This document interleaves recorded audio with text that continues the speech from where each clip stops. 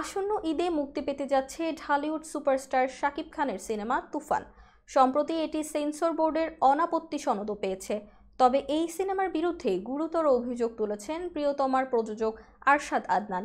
তার দাবি, তুফান নির্মাণের মাধ্যমে ভারতে অবৈধভাবে ৮ থেকে ১০ কোটি টাকা পাচার করা হয়েছে। মঙ্গলবার বিকেলে চলচ্চিত্রের ১৯ সংগঠনের উদ্যোগে স্টার সিনেপ্লেক্সের বিরুদ্ধে বিভিন্ন দুর্নীতি নিয়ে এক আলোচনা সভায় এই অভিযোগ সামনে আনেন ভার্সেটাইল মিডিয়ার কর্ণধার আরশাদ আদনান। তিনি বললেন, সোশ্যাল মিডিয়ায় দেখেছি এই সিনেমার বাজেট ৮ থেকে ১০ কোটি টাকা। এত টাকা আপনি ভারতে নিয়েছেন কিভাবে? আপনি কি এনবিআর এর ছাড়পত্র নিয়েছেন? আর নিলেও কত টাকার ছাড়পত্র নিয়েছেন? আমি একজন সাধারণ প্রযোজক হিসেবে জানতে চাই। এভাবেও কি বিদেশে টাকা নেওয়া সম্ভব? এই প্রযোজকের মতে, জাতীয় রাজস্ব বোর্ডে ৬০-৭০ লাখ টাকা দেখিয়ে খরচ করা হয়েছে কোটি কোটি টাকা। আরশাদ আদনানের ভাষ্য, ৬০ থেকে ৮০ লাখ টাকা এনবিআরকে দেখিয়ে ৮ থেকে ১০ কোটি টাকা সিনেমা বানালো। এই শুভঙ্করের চালটা কি আলাদিনের চেরাগ কি করে পেল?